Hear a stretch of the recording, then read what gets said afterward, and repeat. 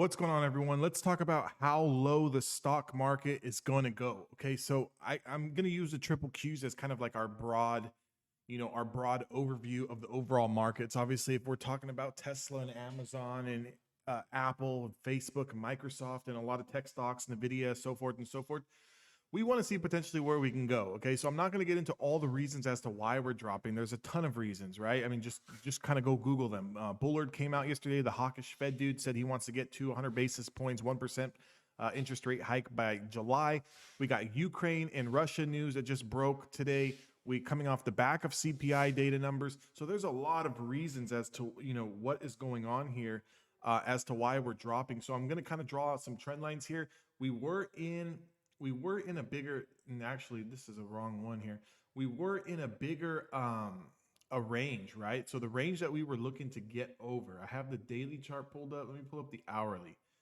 So on the hourly, we can really see, okay? So it was this level here, this 367, getting over that 200-day moving average was the level that we needed to get over. Obviously, we've been working towards that level. Yesterday, we got into there. We had the news come out, big sell-off yesterday. Pre-market kind of consolidated in the after-hour session, and then today's pre-market kind of like took us a little bit higher. We made an initial spike, and then things have just been falling literally all freaking day. So where are we going from here, right?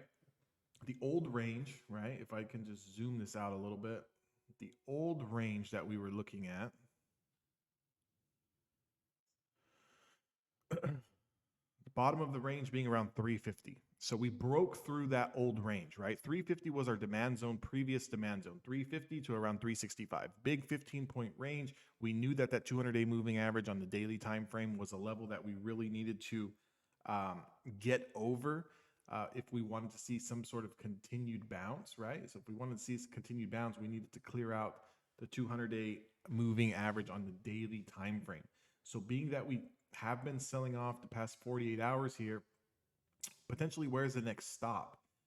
The next stop, in order to see that, we're going to have to get to a bigger time frame. So let's kind of look at the hourly, or the 4-hourly, excuse me. Let me take off these old trend lines. I'm kind of just doing this live with you guys so you guys can see. So this was our previous area that we really needed to break out of, that 367. We were going to have room to push up to 372.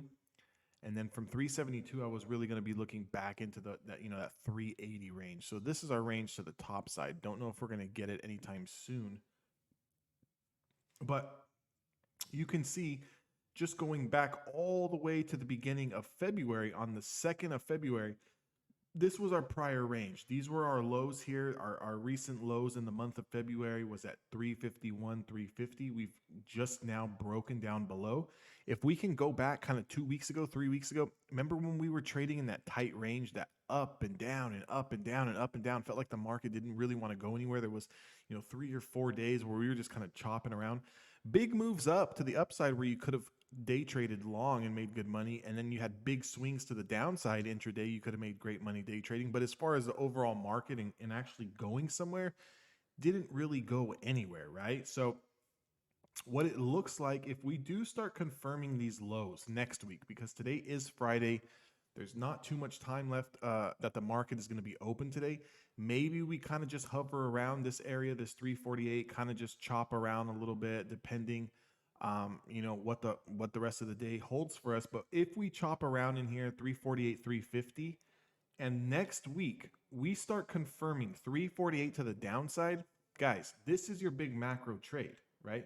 So this is going to be your big macro trade. Is going to be back into this range of 340 to 335.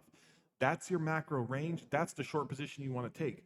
Now, are we potentially going to get a bounce? Yes, it's entirely possible that we get some sort of bounce. So going into next week, I am not going to be bullish on stocks. I'm not going to be trying to buy a bunch of stocks going long. I'm not trying to play, all the way back up to 367, 371, just due to the fact that the market is extremely weak. Until the market proves to me that we can close over the 200-day moving average, that's when I'll get back into starting to look for longs on a day-to-day basis. What I'm going to be looking for here is some sort of bounce off 348, 350, okay? And then I want to see some sort of consolidation, right? And then I want to see a rejection, meaning I want to see us not push higher, but I want to see, do we get rejected at this level? And do we start to push lower? If we start to push lower again, that second time that we break through 348, this is where I'm looking to go short. Price target 335, 340 on the Qs. You can correlate that to the stocks in the NASDAQ 100. Take NVIDIA, take Tesla, take Apple, take whatever stock you want to take. But those are the stocks that you're going to really want to watch. If the triple Qs do lose 348, we will be coming back down into this range. It's not a, are we coming lower? It's when are we going to get here? So the point is that yes, we can get a bounce. The only reason why we're not going to head lower is if this bounce and consolidation holds. So if we get a bounce back into 355, 360, and we start to hold, right? And then we get this breakout, well, then we're going to look for that area to act as a short-term support. And the range that we're going to play to the long side will be back into this 360, 365, 367.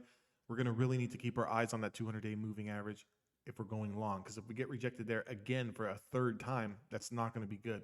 We're going to want to really reclaim it on that third time around so we can really start to see stocks go higher. So if you are a bull and you're looking to play long, what you're looking for is a bounce next week. And you're looking for a bounce between 348, 350, and you're looking to get back up into 355.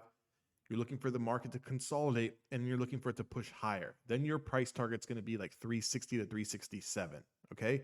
So that's going to give you the opportunity in the bounces that you're going to need in the particular stocks to go long. If you're looking to play this market short, I'm not going to tell you, hey, just buy short here and hold it because we're coming down.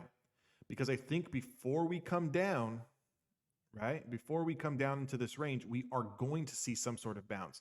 I don't know how much the bounce is going to be, but I would just stay patient. Just let it bounce, let it consolidate, and then let it get weak. And as soon as it gets weak and crosses through 348 the second time, this is where you're going to want to put on your short positions to try to play it back in this zone. I hope that helps you guys. Guys, do me a favor, subscribe to my channel, join my Discord. That link is down in the description box below, and I'll see you guys all in the next trading video.